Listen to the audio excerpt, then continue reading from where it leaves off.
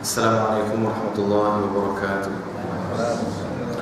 A'udzubillahi minasyaitonirrajim. Bismillahirrahmanirrahim. Alhamdulillahirabbil alamin.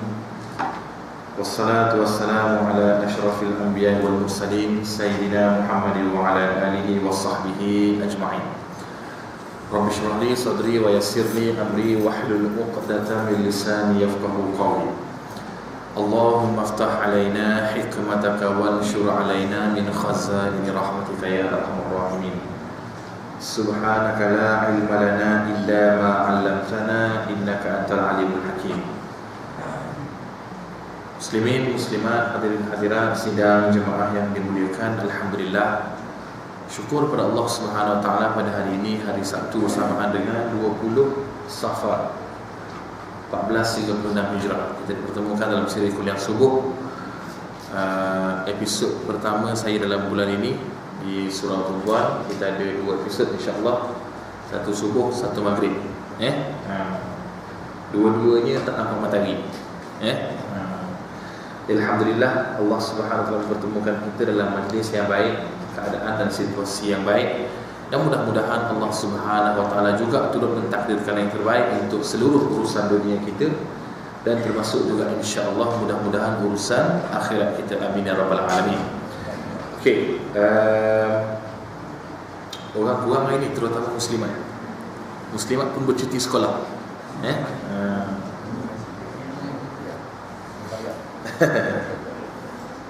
Okey, saya meminta ini bercakap berkenaan dengan 10 jenis ataupun perkara-perkara ataupun keadaan-keadaan yang menyebabkan salat itu tidak diterima oleh Allah Subhanahu wa taala. Perkara-perkara ataupun hal-hal yang menyebabkan sembahyang tidak diterima ini, dalam hadis yang sempat saya petik ataupun yang sempat saya semak tengah malam semalam, sebab tajuk pun beri malam semalam, kelang kabut saya dibuat ni, baik. Dia sempat menyemak, tapi tak sempat menyemak dengan guru-guru yang lain lah. Saya sempat semak dalam satu dua kitab hadis, tapi tak dapat syarah yang begitu tepat daripada para murabbi ataupun muallim yang lain. So saya biasa kalau berkenaan dengan hadis ni, saya tidak pakar. Saya pernah beritahu kepada tuan-tuan, saya bukan kemahiran saya dalam bidang hadis. Tapi kalau ada nas-nas daripada hadis, saya kalau ada tempoh masa saya akan bertanya dulu kategori hadis dia bagaimana, situasinya bagaimana. Kalau Al-Quran tak bimbang tuan-tuan, sebab Al-Quran tu tak ada lagi yang maudhu'nya, tak ada lagi yang mauqufnya, tak ada lagi yang dhaif, semuanya sama taraf. Tapi kalau hadis tuan-tuan fahamlah sekarang ni dengan perisian-perisian yang begitu banyak, kitab-kitab yang dah diterjemahkan begitu banyak, jadi menyebabkan kita kena rujuk balik, sebab itu bukan kepakaran kita. Biasalah tuan-tuan, doktor pun dia ada kepakaran dia masing-masing. Pakar kulit, dia pakar dengan bidang kulit lah. Tuan-tuan cerita pasal penyakit kelamin, garuk kepala dia, walaupun dia ada kelamin.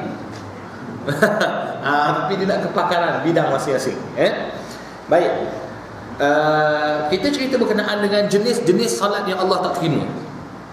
Kita tak akan cerita bab rukun lah hari ni, sebab kalau dia begini je, kalau daripada sudut mafhum ataupun zahir, semayang tak terima ni, ini menjurus kepada maksud langgar rukun.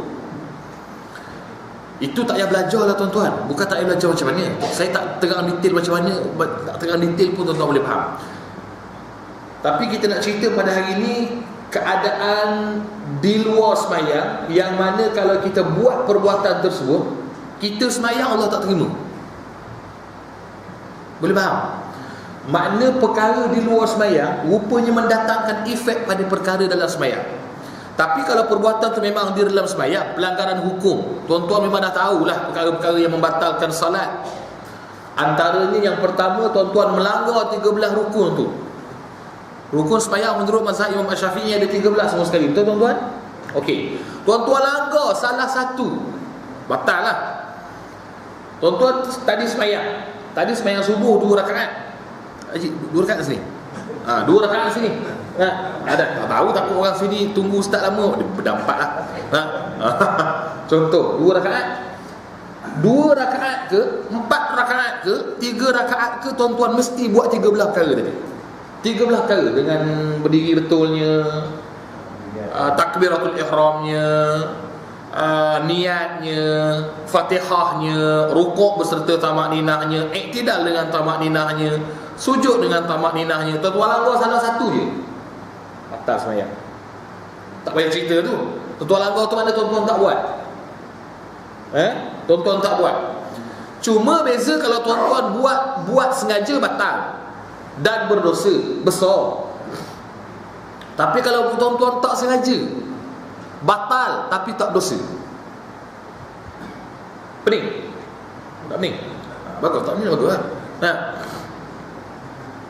Kok mana pun kalau tuan-tuan buat perkara-perkara yang membatalkan solat, solat tu batal, tapi tak dipersalah. Sebab tuan-tuan tak sengaja. Nak kata sah tak boleh sebab tuan-tuan tak rukuk tadi.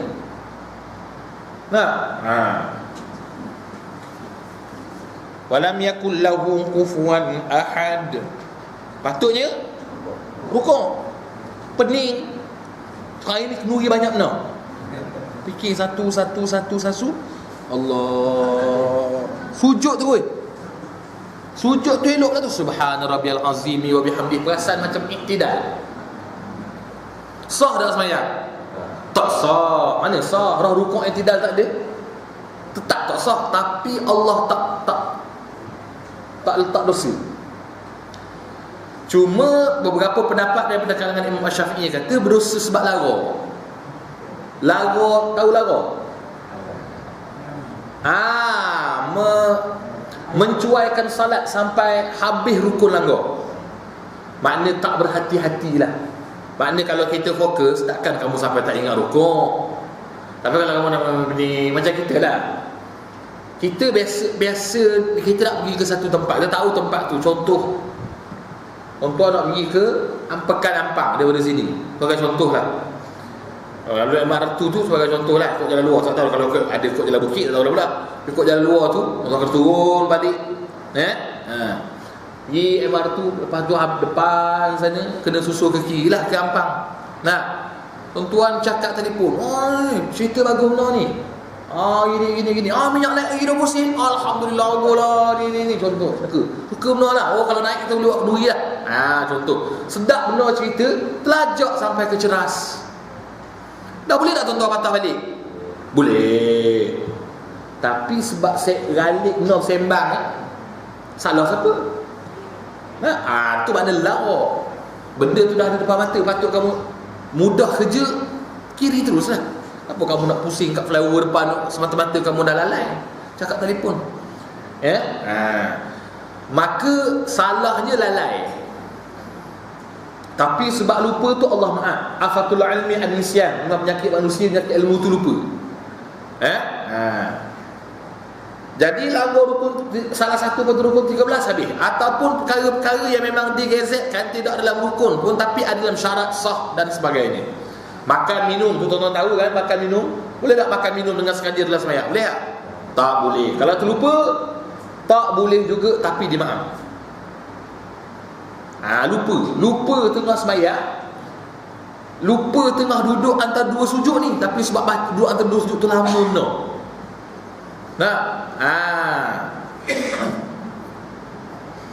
Jadi adalah poket, ada snack. Lupa tengah sembahyang, buka nak makan, duduk tengok TV. Lah, aku tengah sembahyang ni, sambung sujud balik. Contoh. Jarang berlaku lah, tapi ikut-ikut lah, mana tahu. Berlaku hadap kecil, hadap besar tu tak tahulah benda tu. Dah terkentut. Terkentut sekali. Yakin memang ada bunyinya, lantai pun bergegar. Kita pun terangkat sikit, mana kuat momentum angin tu, keluar tebur. 280 horsepower macam Volkswagen GTI contoh. Maka batal sembahyang.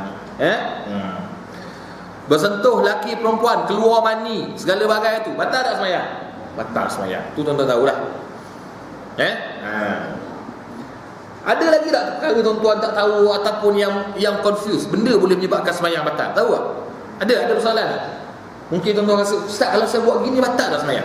Ada tak tanya? Sebelum saya cerita perkara yang di luar semayang, kalau buat menjejaskan pahala semayang.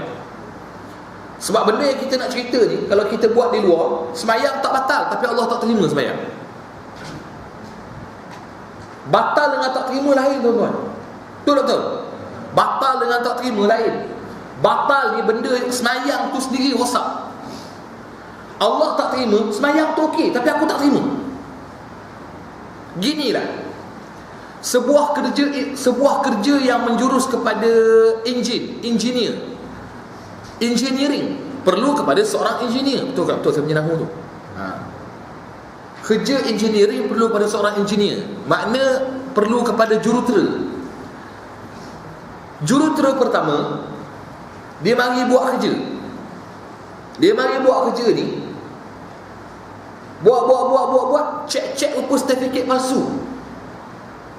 Batal kerja dia, rosak kerja dia. Betul? Sebab kelayakan tak ada, safety certificate tak ada, belajar buat engineering pun tak ada, UPSR pun tak ambil hari tu rupanya. Dia menyamar, batal, habis. Yang kedua, mari seorang jurutera, certificate okey, safety okey, semua sekali okey. Tapi oleh kerana ada masalah disiplin, ada masalah etika, ada masalah integriti, maka persatuan engineer ataupun majikan tolak dia. Adakah dia tak ada kelulusan? Adakah kerja dia batal? Kerja dia rosak? Tak. Perangai dia tak elok. Jelas? Makna gitu. Ada masa kita semayang elok, dia perangai kita di luar elok, tapi sebab kita merosakkan rukun dan perkara syarat sah dalam semayang, makan, minum, kentut, tengah semayang tahiyat akhir keluar mani. Pelik. Sebagai contoh, keluar mani dia. Super tok imam tu perempuan. Patutlah pun. Salah tu, maka ketika itu batal semayang dia. Ataupun berlaku pendarahan yang tak dimaafkan oleh syarak, maka batallah semayang dia. Keluar najis, termuntah tengah semayang tu, muntah. Tak banyak benar lah, 2 baldi. Batallah semayang dia. Maka itu tubuh semayang tu sendiri batal. Ni kita semayang tak batal, elok Allahu Akbar, surah pertama, baca rakaat pertama suratul A'raf, panjang. Dah yang kedua surah Taubah, molek baca. Dengar berdengung-berdengang segala bagai, rukuk sujud elok comel cantik. Assalamualaikum warahmatullahi, Assalamualaikum warahmatullahi. Malaikat pun naik bawa kepala semayang. Bagus malaikat kata orang ni semayang, khusyuk, tawaduk. Sampai di atas Allah gumpal balik, Allah tak terima, reject. Apa pasal? Sebab 10 perkara. Sebab 10 perkara semayang Allah tak terima. Sebelum tu daripada segi elemen batang tubuh semayang, daripada segi bab makan, minum, bergerak 3 kali turut-turut, tuan-tuan ada perkara nak tanya yang membatalkan tubuh badan semayang sendiri? Kalau kita minum syirak dia, kita tanya dulu lah. Kadang-kadang kita minum syirak yang orang kita terus semayang, rasa dia tu boleh batalkan. Makan, minum, kemudian terus semayang tanpa kumur-kumur, hukumnya makruh. Merasa manisan, batal. Jelas? Faham tak? Tuan-tuan dah ada wudu, cadang nak masuk terus dalam dewan salat ni, nak salat, tiba-tiba mari ada di luar tu, apa balik balik sekarang lah baru makan apa balik masa datang, masa makan masa datang. Makan, ambil askapi, ambil berkat, ajak tok imam. Kita pun makan apa balik. Habis makan, so Allahu Akbar, makruh. Sebab apa makruh?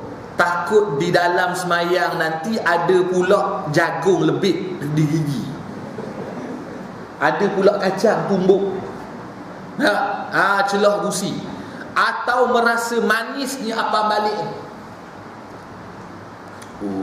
Sedap mentega apa dia pakai apa balik, rasa manis, batal. Sebab tu dah makan sila berkumur-kumur. Dah apa hukum makan sebelum salat? kemudian makan tak makruh. Cuma lepas tu berkomor-komor lah. Kalau kita dah berwuduk, dia bukan suruh ambil wuduk lagi sekali. Makan tidak membatalkan wuduk. Faham? Makan tak ada masalah. Lepas makan sila komor-komor, lebih baik lagi gosok gigi. Kalau kita makan benda berat, ayam, kita jenis gigi jangan jarang macam gigi kanjos. Sisa mudah lekat. Jak gigi mula. Dan jadi semayang macam buru ciak. Tahu buru ciak, mu kelicak. Cuk cek tak selesa. Dok kim coki ke gigi. Dah coki, cium tu. Nah, bodoh. Mana tahu bau dia gitu cium dia. Kurik sudah haji. Wah, haji sampai kau pegang kalender tu apa? Nak pilih kenduri ke apa? Makna gitulah. Sila.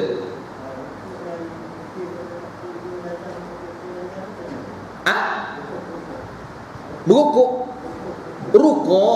kemudian lebih rukuk, tunduk sangat. Tunduk sangat masa rukuk. Ya. Saya tak biasa tengok lagi lah orang rukuk lebih. Macam mana rukuk lebih sampai ke kaki tu? Rukuk teruk lebih benar. Sakit kot. Sakit lagi tak ada rukuk dah. Had rukuk ni L, bentuk L. Tak payah demo lah, tu tak boleh faham. Had rukuk bentuk L lah, bentuk L. Saya beritahu struktur badan manusia berbeza. Ada masa berbeza. Kalau badan besar macam saya, nak rukuk tepat L payah. Sebab dia memang bentuk dia macam Camry sikit belakang. Dia macam Nissan Sylphy. Dia ada bunjul, mulik sikit, beguk. Macam orang macam Cikgu Fazli, sedap-sedap gini. Dia macam Mazda sikit, zap terus potong. Dia subjektif. Kalau terlalu besar, dia tak boleh jadi L. Dia jadi L tak siap. Tak berapa nak boleh bongkok. Kalau kita contoh badan sederhana, kita mungkin boleh turun sampai sini. Tak perlulah bila orang sembahyang tuan-tuan ambil sesuku L tuku. Bodoh lah. Dia bukan nak kata L tu betul-betul tepatnya berapa tu? Berapa darjah tu tepat? 90. 45 tu 90 kalau sesuku L tu tak? Dia tak semesti gitu. Ulama kata kadar nampak rukuk. Nampak perbuatan tu perbuatan rukuk. Kalau kita ambil barang mungkin menunduk juga, tapi tak nampak gaya rukuk sebab kalau kita ambil barang gini. Tapi kalau tuan-tuan tengok orang buat gini, tuan-tuan ada tak kemungkinan nak kata dia tengah ambil barang lagi? Barang dia mungkin, kalau mungkin barang tu skru di lutut dia lah, kau nak ambil. Kalau dia operation lutut. Jadi kalau tuan-tuan tengok lutut yang keadaan orang rukuk, yang lebih kurangnya tuan-tuan tengok tak persoal dah, dia memang rukuk. Dia tengah buat benda tu semayang, rukuknya rukuk. Tuan-tuan tengok dia buat gini lah. Allahu Akbar. Ataupun kalau mungkin orang yang perut besar sikit, besar banyak, dia tak boleh lepas sampai sini, gini saja sebab uzur di sini. Lebih di sini. Jadi kalau dah lebih, dia tekan lagi, dia kata senak lah perut dia. Jadi makna bila dia rukuk ni tinggi sikit, dia terimalah struktur badan dia. Bagi orang yang mungkin tak ada perut langsung, mungkin dia boleh pergi sampai ke kaki. Tapi perbuatan itu tidaklah lagi namanya sujud bila terlalu berlebih-lebih. Itu tadi orang perut besar memang letakkan sampai ke bawah. Tapi awak perut tak besar, sepatutnya awak boleh berhenti pada tahap L tu saja. Menyalahi daripada perbuatan rukuk yang ghalib dilihat rukuk oleh orang luar, batal sembahyang. Tahu tak? Faham ke statement ni? Menyalahi perbuatan rukuk ghalibnya kebiasaan daripada rukuk orang normal, maka batal lah rukuk tu. Dah sampai ke kaki cium. Macam mana nak kata? Orang kata rukuk lah. Orang akan kata bersenam yoga. Sebab tu semayang ni dia ada perbuatan-perbuatan tertentu. Dia bukan boleh ikut suka kita. Nah, dia bukan boleh ikut sesenang-senang kita. Ikut suka lah aku nak buat mana pun. Asalkan rukuk, asalkan sujud, asalkan Fatihah. Asalkan tu tak mau. Apa yang Allah dan Rasul nak, kriteria tu kita kena beri. Dan benda tu bukannya susah. Maknanya kalau kamu boleh rukuk sampai berlebih, maknanya kamu boleh kurang kan lah. Yang susahnya, kita yang susahnya kebanyakan yang kurang. Kalau kita dah boleh buat lebih, kurangkan saja. Nah, jadi kok mana pun rukuk dia nak L yang munasabah lah. Dia masih macam saya kata itulah, ada orang mungkin badan besar, perut besar, muscle dia besar, dia nak L betul-betul macam orang badan sedap-sedap macam ni, tak dapat lah. Tapi orang tetap nampak dia rukuk, orang boleh kenal. Sebesar mana pun badan dia, kalau dia melakukan perbuatan rukuk dengan betul, kadar yang dia mampu, orang akan nampak dia rukuk tuan. Sebab sembahyang ni ibadahnya berbeza. Perbuatan dalam sembahyang kita tak buat di luar. Betul? Perbuatan dalam sembahyang kita tak buat di luar. Ada tak orang duduk tahiyat akhir di luar? Duduk nak minang nak dara orang. Saya datang nak rombongan, orang duduk sila. Tangan dia letak tak apa. Nak minang nak dara orang ini. Tepok sini ada sini. Ada orang gini? Tak ada. Benda tu adalah sembahyang. Sebab tu rukun perbuatan